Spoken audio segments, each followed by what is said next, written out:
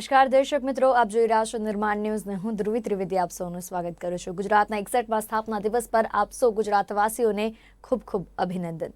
સમાચાર પર વિગતવાર નજર કરીને શરૂઆત કરીએ તો રાધનપુર હાઈવે પર એક હોટેલ પર પોલીસ કર્મીએ કરેલા તાઇફાનો વિડીયો વાયરલ થયો છે। હાઈવેની હોટેલ પાસે પોલીસ કર્મચારીએ જાહેર માર્ગ પર પોતાની વર્દી ઉતારી નાખી તો પોલીસ કર્મીએ પોતાના કપડાં ઉતારી નાખ્યા, જેનો વિડીયો વાયરલ થતા મામલો ચર્ચાસ્પદ બન્યો છે। કોરોનાનો કહેર દિવસે ને દિવસે વધતો જઈ રહ્યો છે, ત્યારે આરોગ્ય વિભાગના અગ્ર સચિવ ડોક્ટર જયંતિ રવિ દ્વારા રાજ્યમાં કોરોનાની સ્થિતિ અંગે ચિતાર આપવામાં આવ્યો હતો। આજે રાજ્યમાં કોરોનાના કુલ 313 નવા કેસ નોંધાયા છે, જેમાં અમદાવાદમાં સૌથી વધુ 249 કેસ નોંધાયા છે। માત્ર અમદાવાદમાં જ કોરોનાના પોઝિટિવ દર્દીઓનો આંકડો 3000ને પાર પહોંચ્યો છે અને રાજ્યમાં કોરોનાથી કુલ 4395 દર્દીઓ સંક્રમિત છે।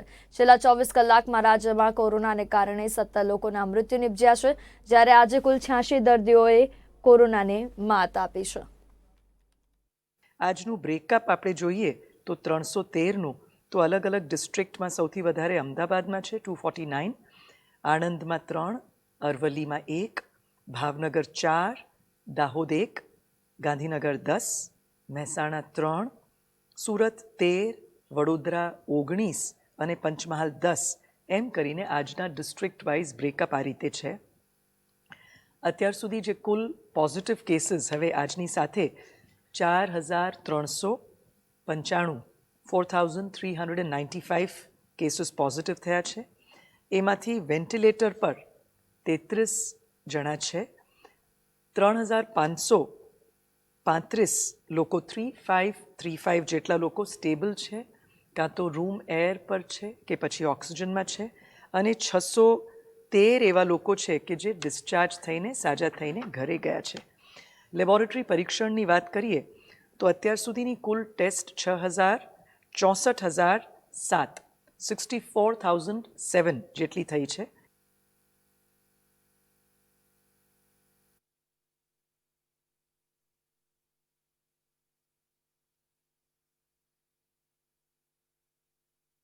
ભારતમાં કોરોનાનો કહેર યથાવત છે। છેલ્લા 24 કલાકમાં દેશમાં કોરોનાના નવા 1718 પોઝિટિવ કેસ સામે આવ્યા છે।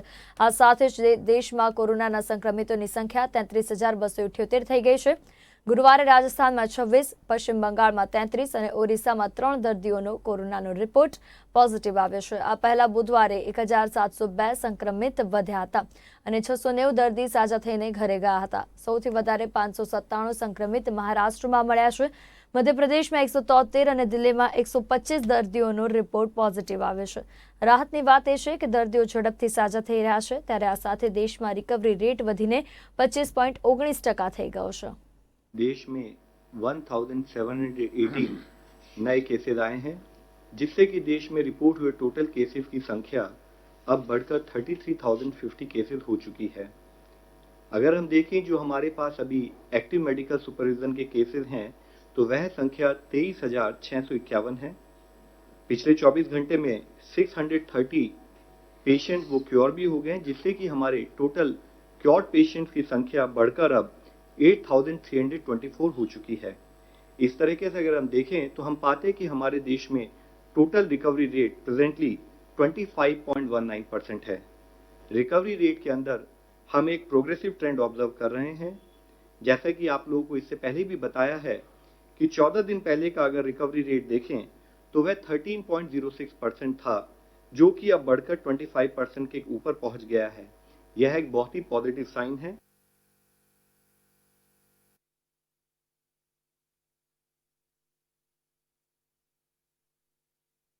પહેલી મે એટલે કે આજ રોજ ગુજરાતનો 61મો સ્થાપના દિવસ છે, ત્યારે આ સ્થાપના દિવસ અગાઉ મુખ્યમંત્રી વિજય રૂપાણીએ પ્રજાજોગ સંદેશ જાહેર કર્યો છે, જેમાં તેમણે કોરોનાને હરાવવા માટે સહકાર આપવાની અપીલ કરી હતી તો સાથે જ 2 મહત્વની જાહેરાત પણ કરી। સરકારે એપ્રિલ મહિનામાં વિનામૂલ્યે એપીએલ કાર્ડ ધારકોને રાશન આપ્યું, ત્યારે હવે ફરીવાર મે મહિનામાં પણ એપીએલ કાર્ડ ધારકોને વિનામૂલ્યે રાશન આપવામાં આવશે। 7મી મેથી 12મી મે સુધી અનાજનું વિતરણ કરવામાં આવશે। આ ઉપરાંત મા અમૃતમ અને મા વાત્સલ્યના લાભાર્થીઓ જો કોઈ સત્તાવાર માટે હોસ્પિટલ જાય, સારવાર માટે હોસ્પિટલ જશે તો સત્તાવાર રીતે તેમની સારવારની સાથે ટેસ્ટ પણ કરાશે, ત્યારે કોરોનાનો ટેસ્ટ હોસ્પિટલમાં જ લેવામાં આવશે અને તેનો ખર્ચ રાજ્ય સરકાર ભોગવશે। ગુજરાત સ્થાપના દિવસ નિમિત્તે હું ગુજરાતના લોકો માટે બે મહત્વની જાહેરાત પણ કરું છું.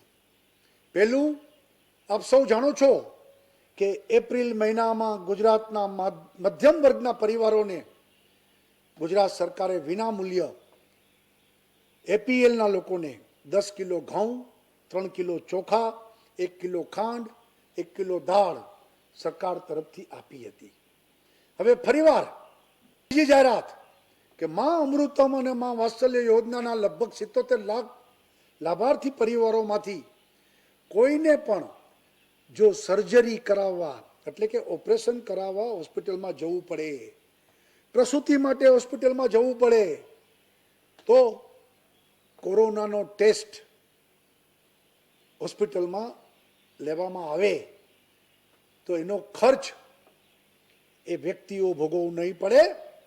એ માં અમૃતમ યોજના અને વાત્સલ્ય યોજનાના ભાગરૂપે જ એનો ખર્ચ રાજ્ય સરકાર ભોગવશે, જેના લીધે માં અમૃતમ અને વાત્સલ્ય યોજનાના કોઈ પણ લાભાર્થીને કોઈ પણ ઓપરેશન માટે કોરોના ટેસ્ટિંગનો કોઈ પણ પ્રકારનો ખર્ચ ભોગવવો પડશે નહીં.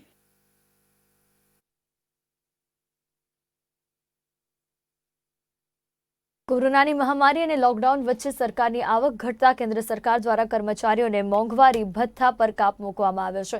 જોકે રાજ્ય સરકારના કર્મચારીઓ અને પેન્શનરને એપ્રિલ મહિનાનો નિર્ધારિત પગાર ચૂકવવાનો નિર્ણય લેવામાં આવ્યો છે.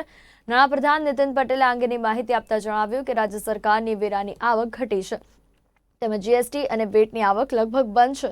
છતાં રાજ્ય સરકાર અને પંચાયતોના 5,28,000 કર્મચારીઓને એપ્રિલ મહિનાનો પૂરો પગાર તેમજ નિર્ધારિત સમયે જ ખાતામાં જમા કરવામાં આવશે.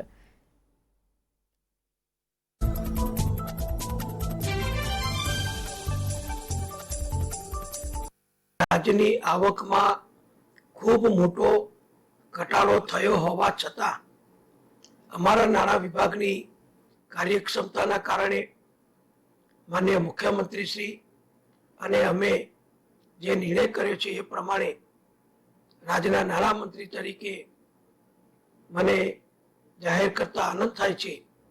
રાજ્ય સરકાર તરફથી રાજ્યના 5,28,000 સરકારી કર્મચારીઓ અને 4,57,000 પેન્શનરો એ બંનેનો થઈ કુલ માસિક દર મહિને જે રૂપિયા 4,000 કરોડની જંગી રકમનો પગાર અને પેન્શનનો જે ખર્ચ આવે છે એ પગાર અને પેન્શન ચૂકવવાનો અમે નિર્ણય કર્યો છે.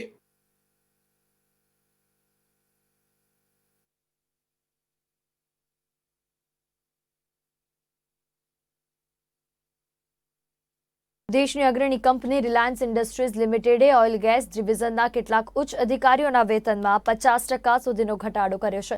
જેમને પગાર વાર્ષિક 15 લાખથી વધારે હોય તેમના વેતનમાં 10%નો, જ્યારે સિનિયર એક્ઝિક્યુટિવના વેતનમાં 30%થી 50% સુધીનો ઘટાડો કરવાનો નિર્ણય કર્યો છે. આ ઉપરાંત મુકેશ અંબાણી પણ તેમનું વેતન ન લે તેવી શક્યતા છે. જોકે રૂપિયા 15 લાખથી ઓછું વેતન ધરાવતા કર્મચારીઓને આ નિર્ણયથી કોઈ અસર થશે નહીં.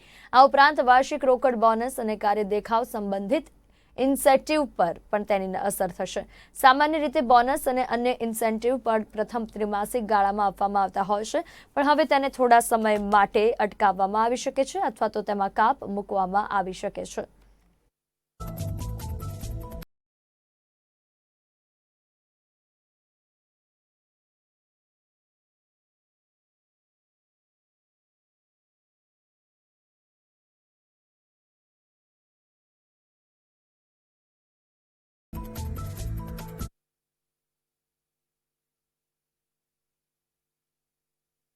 દેશભરમાં લોકડાઉન છે ત્યારે તેની સૌથી વધુ અસર શ્રમિકો પર પડી રહી છે. સરકારે મનરેગા યોજના હેઠળ કામ કરતા શ્રમિકોને વેતન તેમના ખાતામાં આપવાનું શરૂ કર્યું છે, પરંતુ તે લેવા માટે બેંકોમાં લાંબી લાઈનો લાગતી હતી, જે આજની પરિસ્થિતિ મુજબ જોખમી સાબિત થતું હોવાથી મનરેગાના શ્રમિકોને આધાર ઇનેબલ પેમેન્ટ સિસ્ટમ દ્વારા કામના સ્થળે જ નાણાં આપવાની સગવડ શરૂ કરી છે. લોકડાઉનને કારણે શ્રમિકોને પારાવાર મુશ્કેલીઓનો સામનો કરવો પડે છે. એક તરફ શ્રમિકોના રોજગાર અને ધંધા પડી ભાંગ્યા છે અને તેમને 2 ટંકનું ભોજન લેવું પણ મુશ્કેલ બન્યું છે. ત્યારે સરકારે મનરેગા યોજના હેઠળ કામ કરતા શ્રમિકોને તેમનું વેતન ખાતામાં આપવામાં આવી રહ્યું છે. સરકારે આપેલ વેતન લેવા માટે શ્રમિકોને બેંકમાં લાંબી લાઈનોમાં ઊભા રહેવું પડતું, જે હાલની પરિસ્થિતિ મુજબ જોખમી સાબિત થતા નવો નિર્ણય કરાયો છે, જેમાં સરકારે મનરેગામાં કામ કરતા શ્રમિકોને પોસ્ટ ઓફિસના કર્મચારીઓ મારફતે આધાર ઇનેબલ પેમેન્ટ સિસ્ટમ દ્વારા કામના સ્થળે જ બેંક એકાઉન્ટમાંથી નાણાં આપવાની સગવડની શરૂઆત કરી છે. આ નિર્ણયને શ્રમિકોએ પણ વધાવી લીધો. છેલ્લા કેટલા દિવસથી લોકડાઉનના અંતર્ગત હવે મનરેગા યોજનામાં કામગીરી શરૂ કરવામાં આવેલી છે. ત્યારે નર્મદા જિલ્લામાં સોશિયલ ડિસ્ટન્સ જળવા એ માટે, બેંકોમાં ભીડ ઊભી ના થાય એ માટે અમે લોકોએ બેંક પોસ્ટનો સંપર્ક કરી પોસ્ટના અધિકારીઓ દ્વારા અહીંયા આગળ સ્થળ પર જ એમનું આધાર કાર્ડ લિંક હોવાથી એમને સ્થળ પર પેમેન્ટ અપાય અને એમના નાણાં એમને સ્થળ પર મળી જાય એવી જોગવાઈ કરેલી છે. અમે અહીંયા મનરેગાનું કામ ચાલે છે તો અમારે પૈસા લેવા અમે બેંકમાં જતા નથી ને અહીંયા અત્યારે અમારે પોસ્ટની સુવિધા રાખેલી છે તો બેંકમાં બહુ ભીડભાડ થાય ના, તેના માટે અમારા ગામમાં પોસ્ટમાં જ પૈસા ઉપાડી લાવીએ છીએ. અમારા કામના સ્થળે જ પોસ્ટવાળા સાહેબ આવે છે અને અમને પૈસા આપે છે. છેલ્લા 35 દિવસથી જે લોકડાઉન ચાલુ રહ્યું છે કોરોના માટે, તે માટે જે મનરેગાના કામ કરતા શ્રમિકો છે એમને અંદર શહેરમાં જઈને બેંકોની લાઇનમાં ના ઊભું પડે એ માટે અમે અહીંયા એમના સ્થળ ઉપર આવીને AEPS દ્વારા એટલે કે આધાર ઇનેબલ પેમેન્ટ સિસ્ટમ દ્વારા એમના જે નાણાં છે એ ચૂકવીએ છીએ અને એમને ઘરે જઈને પૈસા આપીએ છીએ. આ મનરેગાના કામ ચાલતું હોવાથી એ લોકોને ઘરે નથી મળતા અને એમને બજારમાં પણ ના જવું પડે એ માટે અમે એમના કામના સ્થળ ઉપર જઈને એમના પૈસા પૂરા પાડીએ છીએ. નર્મદા જિલ્લામાં ખાસ મોટા ઉદ્યોગો કે રોજગારી નથી, ત્યારે ખેતમજૂરી અને ખેતી એ અહીંના શ્રમિકોની રોજગારી છે. ત્યારે છેલ્લા 1 મહિનાથી બેરોજગાર બનેલા અહીંના શ્રમિકોની વહારે મનરેગા યોજના આવી છે. છેલ્લા કેટલાય દિવસથી શ્રમિકોને ભરપેટ ભોજન મળી રહેતું નહોતું. તેવામાં આ મનરેગા યોજના આશીર્વાદ બનીને આવી છે. રાજેન્દ્રસિંહ કટવાડિયા, નિર્માણ ન્યૂઝ, નર્મદા.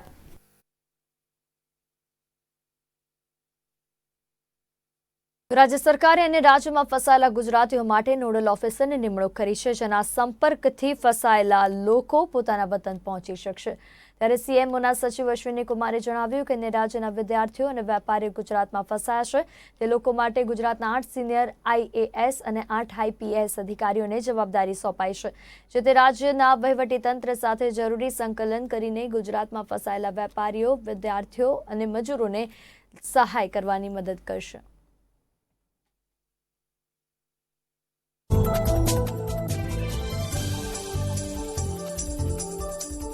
જે ગાઈડલાઈન ગૃહ મંત્રાલય દ્વારા ભારત સરકાર દ્વારા આપવામાં આવી છે એનું સંપૂર્ણપણે પાલન ગુજરાત સરકાર દ્વારા કરવામાં આવશે. એ પ્રક્રિયામાં ગઈકાલે જ અલગ અલગ રાજ્યો સાથે સંકલન સાધવા માટે ગુજરાતના 8 સિનિયર IAS અને 8 સિનિયર IPS અધિકારીઓને જવાબદારી સોંપવામાં આવી છે. એ જે તે રાજ્યના વહીવટીતંત્ર સાથે જરૂરી સંકલન કરીને ગુજરાતના જે લોકો, વિદ્યાર્થીઓ, પ્રવાસીઓ, તીર્થયાત્રીઓ, વ્યાપારીઓ કે અન્ય લોકો જે તે રાજ્યમાં હજુ પણ જો ફસાયેલા હોય તો એને ગુજરાત લાવવા માટેની વ્યવસ્થા, અને ગુજરાતમાં જે શ્રમિકો હોય અથવા વ્યાપારીઓ હોય એને ઓડિશા કે બેંગાલ કે ઉત્તર પ્રદેશ કે મહારાષ્ટ્ર કે બીજા રાજ્યોમાં મોકલવા માટેની વ્યવસ્થા ત્યાંના જે તે રાજ્યના તંત્રના સાથે સંકલન કરીને કરવામાં આવશે. આ જે સમગ્ર પ્રક્રિયા છે એ તબક્કાવાર હાથ ધરવામાં આવશે. એક અનુમાન પ્રમાણે આવતા 10 થી 15 દિવસમાં આ કામગીરી પૂર્ણ થવાનો અંદાજ છે. એટલે કોઈએ પણ અધીર થઈને તરત જ કલેક્ટર કચેરી કે મામલતદાર કચેરીએ જવાની જરૂર નથી.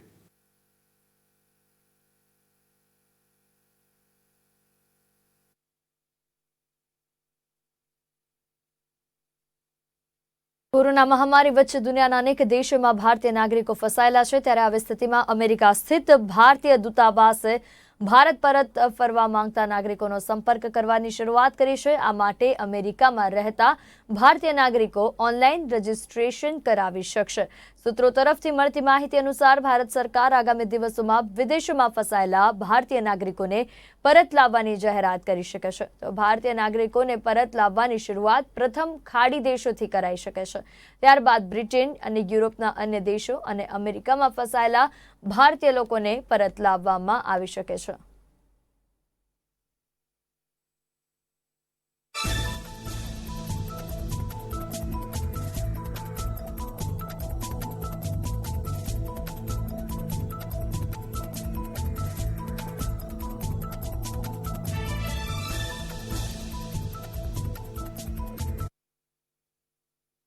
હાલમાં વિશ્વ સહિત ભારતમાં કોરોના વાયરસે હાહાકાર મચાવ્યો છે, ત્યારે ભારતમાં પણ કોરોનાના પોઝિટિવ કેસોની સંખ્યામાં દિવસે ને દિવસે વધારો થઈ રહ્યો છે. તો હવે અમેરિકામાં રહેતા ભારતીયોની મુશ્કેલીઓ વધી શકે છે.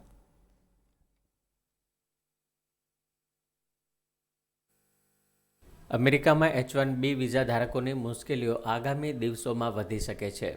આ સ્પેશિયલાઇઝ્ડ વિઝાના આધારે અમેરિકા ગયેલા પ્રોફેશનલ્સની નોકરી જતી રહે તો તેઓ અમેરિકામાં 60 દિવસ કાયદેસર રીતે રહીને નોકરી શોધી શકે છે. તેનાથી વધુ દિવસ રહેવા ઊંચી રકમ ચૂકવવી પડે છે. મહત્વનું છે કે આ વિઝા પર અમેરિકામાં નોકરી કરનારા સૌથી વધુ ભારતીયો છે. કોરોના વાયરસના સંકટને પગલે અનેક કંપનીઓએ મોટી સંખ્યામાં લોકોને પગાર વિના રજા પર ઉતારી દીધા છે, જ્યારે અનેક લોકોની નોકરીઓ પણ જતી રહી છે. અમેરિકન થિંક ટેન્ક નિસ્કેનેને સેન્ટરમાં ઇમિગ્રેશન પોલિસીના નિષ્ણાત જેર્મે ન્યુફેલ્ડના કહેવા પ્રમાણે અમેરિકામાં 2 લાખથી વધુ H1B વિઝા ધારકો જૂન સુધી કાયદેસરના અધિકારો ખોઈ દેશે. આંતરરાષ્ટ્રીય ફ્લાઇટો બંધ હોવાથી H1B વિઝા ધારકો ભારત પણ નહીં જઈ શકે. એપલ, એમેઝોન, ફેસબુક, ગૂગલ અને માઇક્રોસોફ્ટ જેવી ટેક કંપનીઓ તરફથી ટેકનેટ નામના લોબી ગ્રુપે 17 એપ્રિલે ટ્રમ્પ એડમિનિસ્ટ્રેશનને પત્ર લખીને H1B વિઝા ધારકો માટે 10 સપ્ટેમ્બર સુધી રાહત આપવાની માંગ કરી હતી. જોકે ટ્રમ્પ એડમિનિસ્ટ્રેશને તેનો જવાબ આપવાની પણ તસ્દી લીધી નથી. બ્યુરો રિપોર્ટ, નિર્માણ ન્યૂઝ.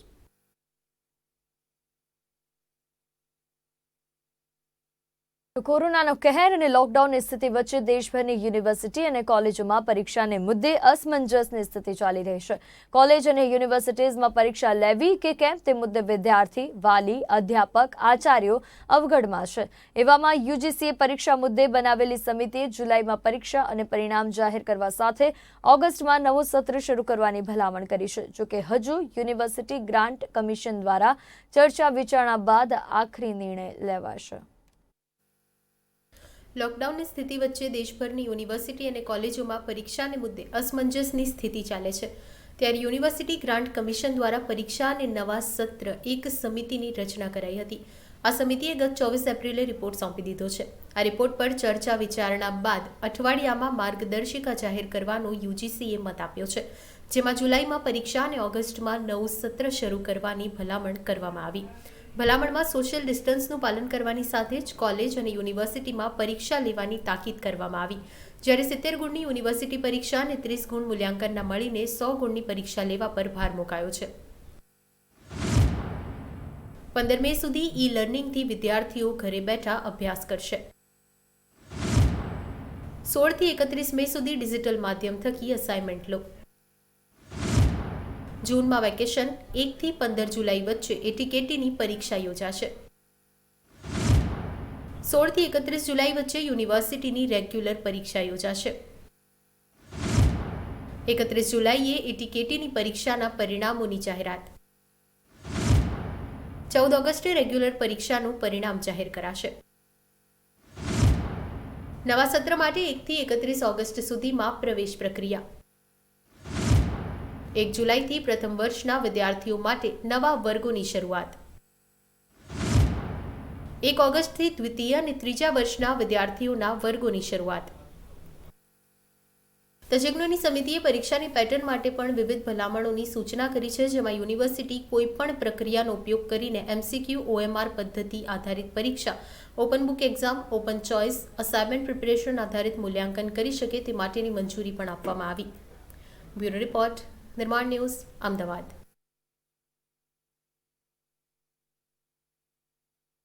કોવિડ-19ની મહામારીની વચ્ચે માઉન્ટ આબુમાં બ્રિટિશ સમયમાં બનાવવામાં આવેલું ક્વોરન્ટાઇન હાઉસ ફરી એકવાર ચર્ચામાં છે. આપને જણાવી દઈએ કે બ્રિટિશ સમયના ગાળામાં પ્લેગ, ટીબી અને હેઝા જેવી બીમારીઓ થતી હતી. ત્યારે દર્દીઓને શહેરથી દૂર ક્વોરન્ટાઇન કરવામાં આવતા હતા. ત્યારે ક્વોરન્ટાઇન હાઉસનો ઉપયોગ તે સમયે કરાતો હતો. પરંતુ તંત્રની બેદરકારીના કારણે હાલની પરિસ્થિતિમાં આ ક્વોરન્ટાઇન હાઉસ દુર્દશાનો શિકાર બન્યું છે.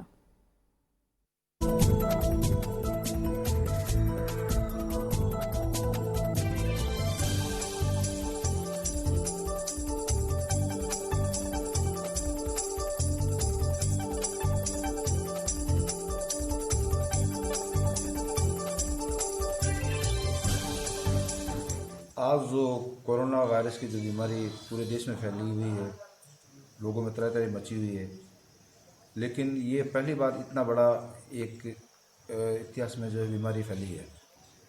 आज पूर्व में जो है ब्रिटिश सरकार के टाइम में माउंट आबू के अंदर शहर से दूर, माउंट में शहर से दूर कोरोना जैसी भयंकर बीमारी अभी उस ज़माने की, तो क्वारंटाइन सेंटर भी उस ज़माने में बना हुआ था. वो लोगों के लिए बहुत महत्वपूर्ण था. ब्रिटिश हुकूमत के टाइम में शिवगंज, अभी एरनपुरा, जिसको पहले एरनपुरा बोलते थे, आज शिवगंज शहर है, वहाँ इनके जो है सार्जेंट बैठते थे और वहाँ की सारी गतिविधियाँ देखते थे. वो पूरे ज़िले के अंदर शिवगंज, स्वरूपगंज वगैरह जितने भी आसपास के एरिया के लोग जो छूत की बीमारी के मरीज होते थे, टीबी हो, चाहे फ्लैग हो, चाहे अन्य बीमारी हो, उन लोगों को लाके यहाँ भर्ती किया जाता था और उनका इलाज किया जाता था. और वो इलाज जो है वो सक्सेस होता, इसलिए होता था कि वो बीमारी किसी अन्य में नहीं फैलती थी, क्योंकि शहर से दूर ये क्वारंटाइन सेंटर उन्होंने ब्रिटिश के टाइम में बनाया था, जो माउंट आबू में आज भी जर्जर की स्थिति में पड़ा है.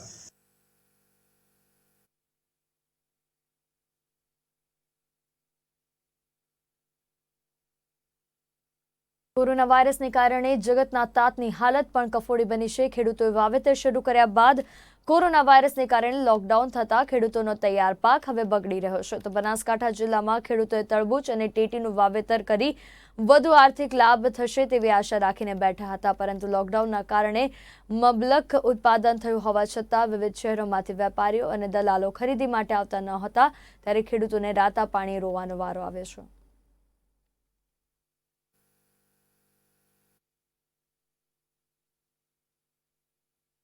બુલેટિનમાં અત્યારે હાલ બસ આટલું જ. વધુ સમાચાર અને અપડેટ્સ માટે જોતા રહો નિર્માણ ન્યૂઝ. ત્યાં સુધી મને આપશો રજા. નમસ્કાર.